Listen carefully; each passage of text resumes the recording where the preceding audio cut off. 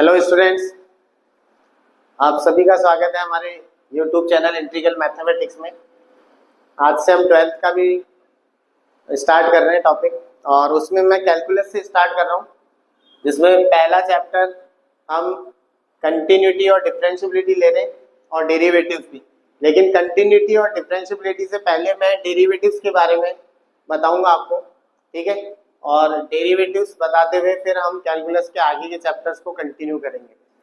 Derivatives आपने 11th class में भी पढ़ा है, ठीक है।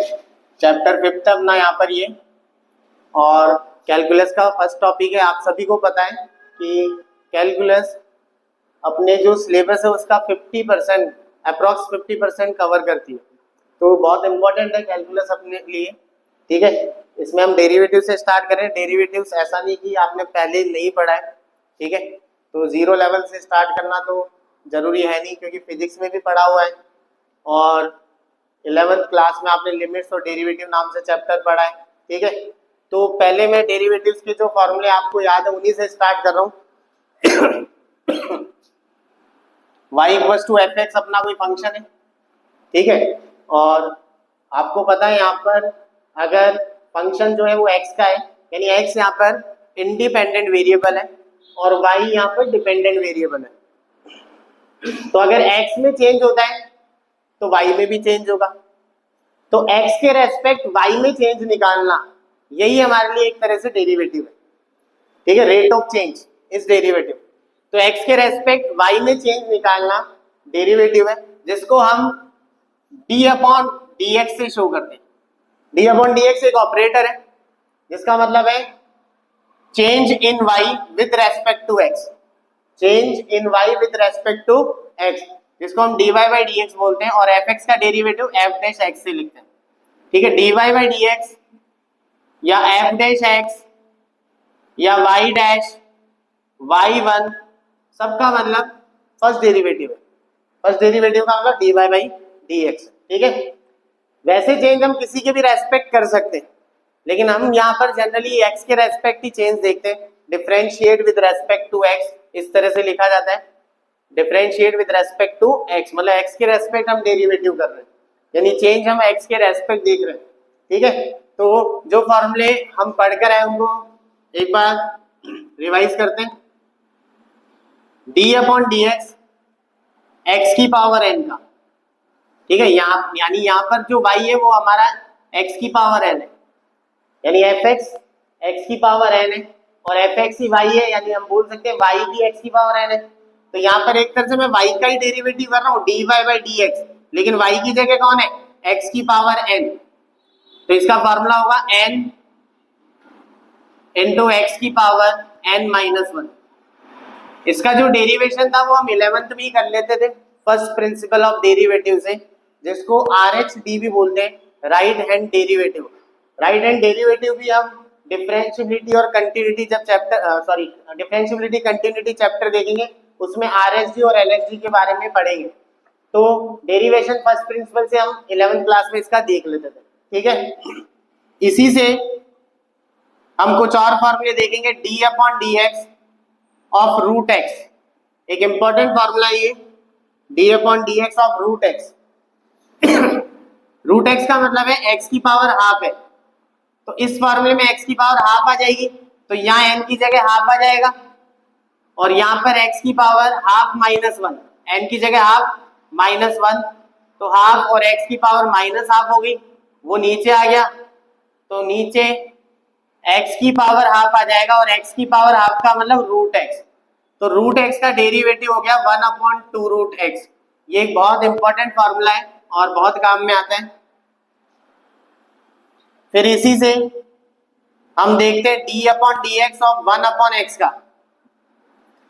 1 अपॉन x को देखें तो यहाँ x की पावर नीचे डिनोमिनेटर में 1 है, ऊपर जाएगी तो x की पावर माइनस 1 हो जाएगी, ठीक है। तो इस फॉर्मूले के अकॉर्डिंग चले तो x की पावर माइनस 1 बन गई, तो n की जगह माइनस 1 आ गया, और x की पावर n की जगह फिर माइनस 1 और माइनस 1 है, तो माइनस 1 और x की पावर माइनस 2, नीचे अगर हो गया 1 अपॉन एक्स स्क्वायर, तो 1 अपॉन एक्स का हो गया माइनस 1 अपॉन एक्स स्क्वायर, ठीक है।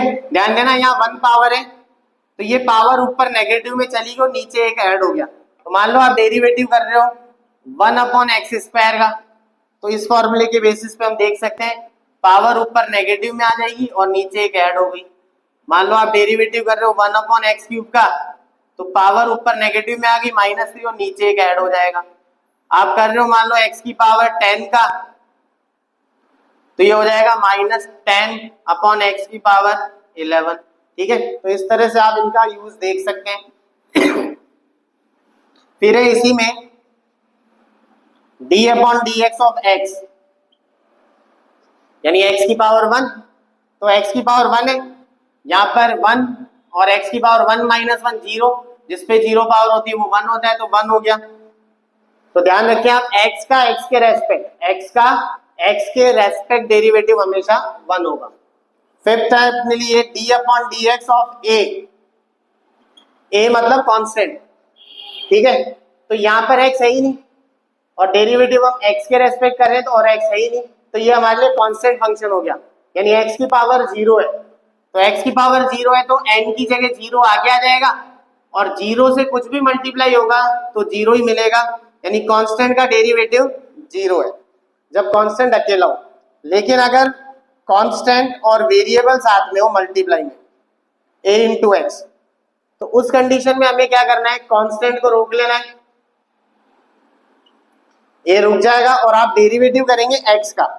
तो x का x के रेस्पेक्ट हमने पहले ही देखा, x का x के रेस्पेक्ट होता है 1, तो ax का डेरिवेटिव हो गया a, ax का डेरिवेटिव कितना हो गया a। ठीक है, ये कुछ एल्जेब्रिक फॉर्मूले पॉलिनोमियल्स के जो हमने यहाँ पर देखे। ठीक है, फिर हम देखते हैं डेरिवेटिव d/dx ऑफ e की पावर x का, ये होता है e की पावर x। e की पावर x एक एक्सपोनेंट फंक्शन है। ठीक है, उसका डेरिवेटिव x के रेस्पेक्ट वही फंक्शन आ जाएगा सेम हमारे पास e की पावर x। फिर एक और एक्सपोनेंट फंक्शन आता है a की पावर x, इसका डेरिवेटिव होगा a की power x into log a। ध्यान देना यहाँ लॉग के जो बेस में है वो e है। ठीक है, सेम e की पावर x में भी आता है ये लॉग e। यहाँ पर अगर a है तो यहाँ a आ गया, e है तो e आ गया, लेकिन दोनों के बेस में e है। अगर बेस और आर्ग्यूमेंट, इसको बोलते हैं आर्ग्यूमेंट, अगर बेस और आर्ग्यूमेंट सेम होता है तो वो 1 हो जाता है, इसलिए e की पावर x के साथ हम e की पावर x को ही लिखे रहने देते हैं। लेकिन यहाँ 1 नहीं हो पाता तो यहाँ log a बेस e हो जाता है। ठीक है, और 9th फॉर्मूला है d/dx of log x, base में e होना चाहिए यहाँ पे भी, इसका डेरिवेटिव होता है 1/x। ठीक है, ये फॉर्मूला हम तभी यूज कर सकते हैं जब बेस में e हो। अगर बेस में e है तो इसी को हम ln x भी बोलते हैं। ln x का मतलब नेचुरल लॉग, नेचुरल लॉग का मतलब बेस में e है। e को बोलते हैं नेपियर कोएफिशिएंट, क्योंकि लॉग की जो खोज थी वो नेपियर ने की थी, तो उसने बेस में अपने कोएफिशिएंट को बिठा दिया, तो उस लॉग को हम नेचुरल लॉग बोलते हैं, ln x से शो करते हैं। तो ln x का मतलब यही है, तो इसका भी फॉर्मूला 1/x हो जाएगा। बेस में कुछ और आ जाए तो हम उसको कैसे सॉल्व कर पाएंगे ये मैं एग्जांपल के साथ आपको आगे बताऊंगा। ठीक है, अभी बेस e है। ठीक है, e बेस के अलावा भी आपको बेस मिलते जाएंगे। आगे देखते हैं, ये ट्रिग्नोमेट्रिक फॉर्मूलों के डेरिवेटिव्स हम देखेंगे। 9 तक फॉर्मूले अपने हो गए थे, अब 6 अपने ट्रिग्नोमेट्रिक रेशियो होते हैं, उनका derivative d/dx of sin x। sin x का डेरिवेटिव होता है cos x। ठीक है, पूछने की कोई बात है नहीं, क्योंकि सबका डेरिवेशन 11th क्लास में हम देख चुके हैं कि cos कैसे आता है। d/dx of cos x, cos x का डेरिवेटिव होता है minus sin x। d/dx of tan x, tan x का derivative sec square x। d/dx of cot x, cot x का derivative minus cosec square x। d/dx of cosec x, इसका हो गया minus cosec x into cot x। और last d/dx of sec x, इसका होता है sec x into 10x। तो ये हमारे 6 ट्रिग्नोमेट्रिक जो रेशियोज हैं उनके डेरिवेटिव्स के फॉर्मूले। ठीक है, फॉर्मूले याद होने चाहिए क्योंकि क्वेश्चन सीधे बनते हैं, फॉर्मूले याद नहीं होंगे तो फिर क्वेश्चन में हमें दिक्कत होगी। फिर 6 हमारे ट्रिग्नोमेट्रिक इनवर्स हैं, d upon D X of sine inverse X, इसका फॉर्मूला होता है 1 upon root 1 minus X square, और d upon D X of cos inverse X, इसका होता है -1 upon root 1 minus X square. ठीक है, इसमें माइनस इसलिए आता है क्योंकि साइन इनवर्स एक्स और कॉस इनवर्स एक्स मिलकर पाई/2 होता है। इनवर्स ट्रिग्नोमेट्रिक में हम ये फॉर्मूला यूज करते हैं 12th क्लास में। ठीक है, अभी सिलेबस से हटाए गए हैं वो फॉर्मूले, लेकिन sine inverse plus cos inverse मिलके पाई/2 होता है, इसलिए कॉस इनवर्स के डेरिवेटिव में माइनस आ जाता है, उसी वजह से d upon D X of tan inverse X 1 upon 1 plus X square, d upon D X of cot inverse X -1 upon 1 plus X square, और d upon D X of sec inverse X 1 upon X root X square -1, और d upon D X of cosec inverse X, ये हो गया -1 upon X root X square -1। जब हम integration chapter पढ़ेंगे तो हम देखेंगे कि इंटीग्रेशन इसी का इनवर्स ऑपरेशन होता है, डेरिवेटिव का इनवर्स ऑपरेशन इंटीग्रेशन है। सीधे फॉर्मूले यूज होते हैं, जैसे वहां sec स्क्वायर x का इंटीग्रेशन करना होगा तो tan x आ जाएगा, cos x का इंटीग्रेशन करेंगे तो sin x आ जाएगा, sec x tan x का करेंगे तो sec x आ जाएगा, इसका इंटीग्रेशन करेंगे 1 अपॉन 1 प्लस एक्स स्क्वायर का तो tan इनवर्स आ जाएगा, इसका इंटीग्रेशन करेंगे तो sin इनवर्स x आ जाएगा। तो अगर ये फॉर्मूले यही याद नहीं होंगे तो फिर आगे कैलकुलस में हमारे लिए मुश्किलें बढ़ती जाएंगी, इजी नहीं रहेगा। इसलिए 5th चैप्टर से आप अच्छी तरह कैलकुलस को स्ट्रॉन्ग बनाते हुए चलें। इसके अलावा ये तो फॉर्मूले, इसके अलावा हम 2 मेथड भी यहाँ पर यूज करते हैं, एक तो u इंटू वी और एक u अपॉन v मेथड। ठीक है, वो भी 11th में हम पढ़कर आ चुके हैं, सिर्फ एक बार देखना उनको। एक तो u into V method, u into V method का मतलब x के 2 फंक्शन मल्टीप्लाई में आ जाए, x के 2 फंक्शन मल्टीप्लाई में आ जाए तो उनमें से एक फंक्शन को हम रोक लेते हैं।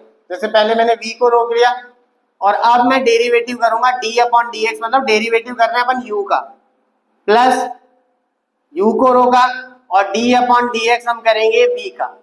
ये तो u इंटू वी मैथड है। और सेकेंड मैथड है u अपॉन v मैथड, इसमें भी पहले मैं v को रोक लेता हूं और डेरिवेटिव करूंगा u का, बीच में माइनस, अब u को रोका और डेरिवेटिव करूंगा मैं v का, और अपॉन में इसमें ध्यान में रखना v स्क्वायर भी आएगा। ठीक है, ऐसे u भी w भी हो सकता है मल्टीप्लाई के लिए। ठीक है, तो वो भी मैं क्वेश्चन के साथ आपको एक्सप्लेन कर दूंगा। हम कुछ यहाँ पर बेसिक क्वेश्चन सीखेंगे अब आगे नेक्स्ट वीडियो में। ठीक है।